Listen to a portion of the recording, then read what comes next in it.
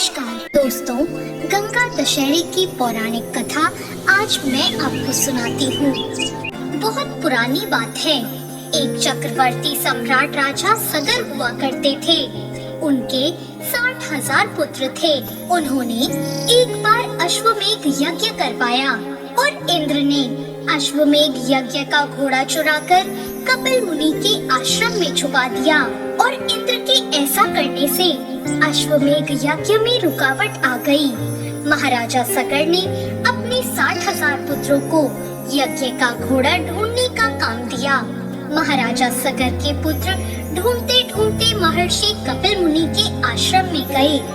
वहां पहुंचकर उन्होंने देखा कि घोड़ा वहीं बंधा हुआ है और उन्होंने महर्षि कपिल को चोर समझ लिया और जोर जोर से चोर चोर चिल्लाने लगे। और उनके चिल्लाने पर महर्षि कपिल मुनि का ध्यान भंग हो गया और उन्होंने हजारों साल बाद अपनी आंखें खोली और महर्षि सगर के 60,000 पुत्रों को क्रोध में आकर जलाकर भस्म कर दिया। और उन 60,000 पुत्रों की आत्मा को शांति नहीं मिल सकी। महाराजा सगर ने अपने पौत्र अंशुमन को पता लगाने को भेजा। अंशुमन अपने चाचाओं को ढूंढता हुआ कपिल मुनि के आश्रम पहुंचा तो उसने वहां देखा कि उसके चाचाओं की राख पड़ी है।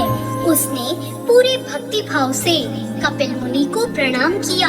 अंशुमन से प्रसन्न होकर कपिल मुनि ने बताया कि अगर पवित्र गंगा का जल इनकी राख पर डाला जाए तो इन्हें मुक्ति मिल सकती है।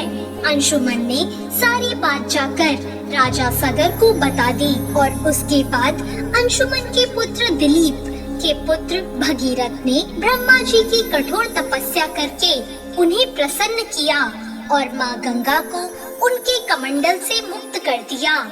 लेकिन माँ गंगा ने कहा कि मेरा भार पृथ्वी सहन नहीं कर सकेगी।